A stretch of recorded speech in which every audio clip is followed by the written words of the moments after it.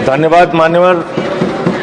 आपने एक अत्यंत गंभीर विषय पे मुझे अपनी बात कहने का मौका दिया। मान्यवर, देश की राजधानी दिल्ली, जहां पर महामहिम राष्ट्रपति रहती हैं, जहां पर हमारे प्रधानमंत्री जी रहते हैं, पूरी सरकार रहती है, तमाम देशों के एम्बेसीज हैं, इस संसद से कुछ किलोमीटर के दूर मान्यवर पालम के क्षेत्र में एक अग्निकांड हुआ और उस अग्निकांड में राजेंद्र कश्यप जी का पूरा परिवार समाप्त हो गया मान्यवर। पूरा परिवार, उनका बड़ा बेटा, 2 बहुएं, 3 छोटी छोटी बच्चियां, उनकी पत्नी और उनकी एक बेटी मान्यवर। 9 लोगों की जान चली गई मान्यवर। और मां और बेटी को जलने के बाद अलग नहीं किया जा सका। जान तो गई 9 लोगों की, लेकिन चिताएं 8 जल पाई।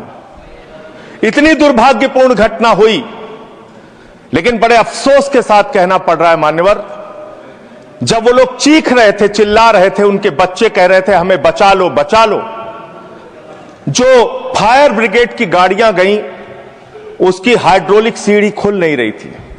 सत्ता पक्ष के कुछ लोगों की तरफ से हंसी आ रही है, मुझे समझ में नहीं आता क्यों हंसी आ रही है मान्यवर। सीढ़ियां नहीं खुली मान्यवर। और तो और छोड़िए, जो सेफ्टी जाल रहता है, सेफ्टी का जाल फायर ब्रिगेड के पास नहीं था कि उस सेफ्टी के जाल में वो लोग कूद के अपनी जान बचा सकें।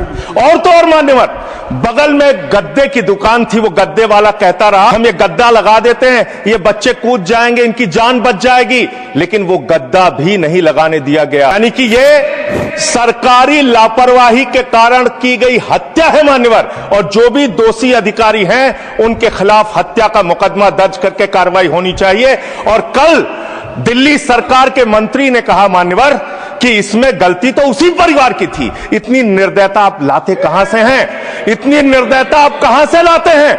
आपने कहा उस परिवार ने होजरी का काम कर रखा था, कॉस्मेटिक के सामान रखे थे, इसलिए वो आग लगी और अग्निकांड हुआ। मैं यहां के मंत्री को भी चाहता हूं कि उसके खिलाफ भी कार्रवाई हो और उनका इस्तीफा होना चाहिए। इतना ही नहीं मान्यवर, जब हमारे राष्ट्रीय अध्यक्ष केजरीवाल जी शोक संवेदना व्यक्त करने गए, तो वहां के स्थानीय विधायक ने हमारे एक पूर्व विधायक विनय मिश्रा पर हमला किया, वहां शोक सभा को भी डिस्टर्ब किया। मैं आपके माध्यम से सरकार से कहना चाहता हूं, इसकी एक निश्चित समय सीमा में जांच कराकर दोषी अधिकारियों के खिलाफ कार्रवाई की जाए और मंत्री का इस्तीफा लिया जाए। धन्यवाद।